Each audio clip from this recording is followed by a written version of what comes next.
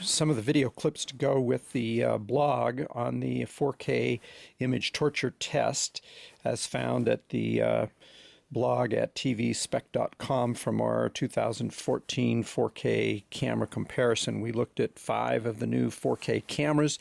There's a lot of comparisons out on the internet, but we found not with these cameras in comparison. So anyway, we wanted to look at this.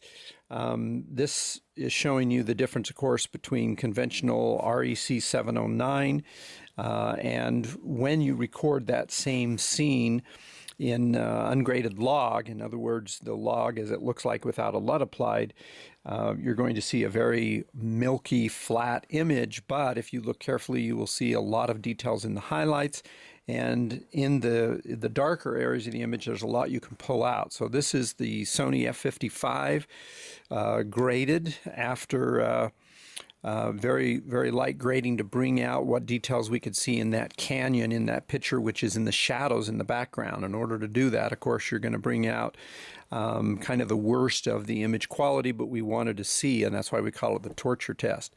Now, this next one is going to be the Canon C500, another 4K camera, and it's rated at 12 stops. The Sony is rated at 14. We wanted to see if we could see any differences, and I think if you look carefully, you will notice some of the differences in here. So again, it's handling the highlights quite well. There are some details in the shadow. Skin tone looks great. Skin tones were recorded at about 40% on the log cameras and then brought up to about 60%.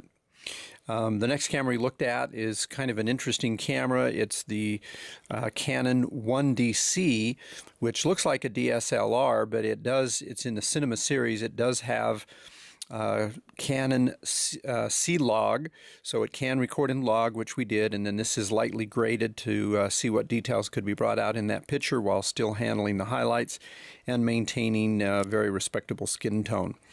The next camera we kind of debated whether to put it in here or not after we found out that one of our seminar attendees had turned the ISO up to 4,000 and it didn't get turned back down during the test. So you can see what happens when a codec does break down when you're trying to bring out some of those shadow details.